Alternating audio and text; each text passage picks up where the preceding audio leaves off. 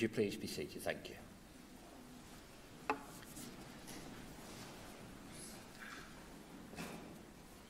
Ladies and gentlemen, the death of someone close to you is painful beyond words. You may be feeling many emotions at this time. For some, it's a time of great shock. We just cannot believe that this has happened to us. For some, it's a time of fear, as we ask ourselves today, how would we cope? It is a time of loneliness and exhausted. What I myself have always considered to be paramount is what we have done with our lives in our time here. And also to remember that your love will live on beyond all goodbyes. And so now today, ladies and gentlemen, we have gathered together to give now our thanks and praise, and also to celebrate the life of our friend Jack. In doing so, allow me now to take you back in time to when Jack himself was born on the 27th of September of 1923 here in Coventry, a loving son to his parents of Edith and Bertram, and also a loving brother to his family, Mary, Mavis and Margaret. Jack himself, he was schooled at what was known as the Technical College, and growing up, Jack, he recalled camping a lot around the Baggington area. Now, during the war years of his life, he served in the Navy on top ships and then submarines, the U-class.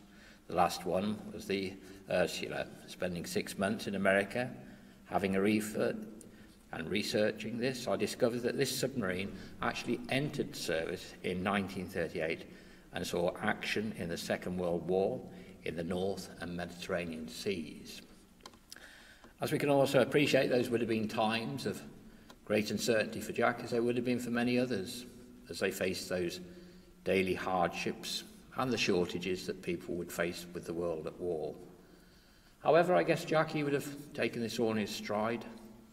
After all, he came from a very unique generation. It's also in America that he enjoyed a straight whiskey, and for those of you who knew Jack, apparently he knew his whiskey very well.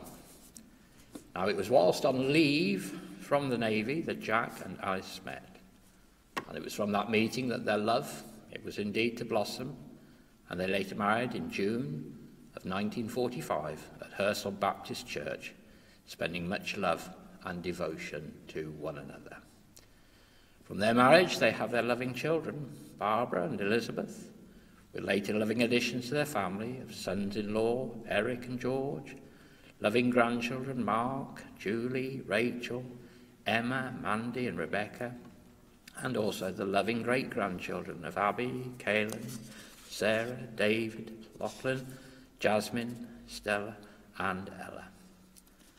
A working life for Jack was that of a builder at the council and other individual companies, and then for himself, and was also the secretary of the Builders' Union. But away from his hard-working life, Jack, I understand, he enjoyed golf with George, described to me as not a bad golfer. He was also a very keen sportsman, enjoying cricket, tennis, football and running, indeed a very fit man who enjoyed his time with the cricket at Lord's. He was also a very good sketcher. Jack, as you know, he was a very fair man who would stand his ground. He was an animal mad, I was told, and liked the countryside. A gentle, kindly man who, as I was told by George, always bought the first pint of beer and always said that fish and chips were the best he ever had. He was, as we know, a good husband, father, grandfather and great-grandfather, father-in-law and a good friend to many who liked and enjoyed his time at Lerwick Court. But ladies and gentlemen, I know that each and every one of you here today, you will all have your own very special memories of Jack. And I have no doubt in my heart that when you leave here today, you'll be wanting to share your memories with each other. Because it will be in those wonderful and loving memories that are held deep inside your hearts that Jack will always live on. Of course, I do know that Jack will be deeply and sadly missed by his family and friends and by all the people who were fortunate in knowing him.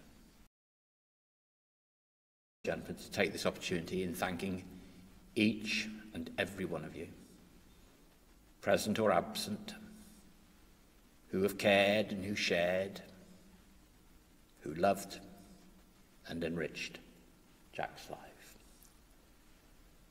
Jack is now at peace. He was indeed a true and fine man, a man of true brave spirit through to the very end. Thank you. And so let us just pause now for a moment or so as we reflect upon all those wonderful and loving memories that each and every one of you hold for our dear friend Jack.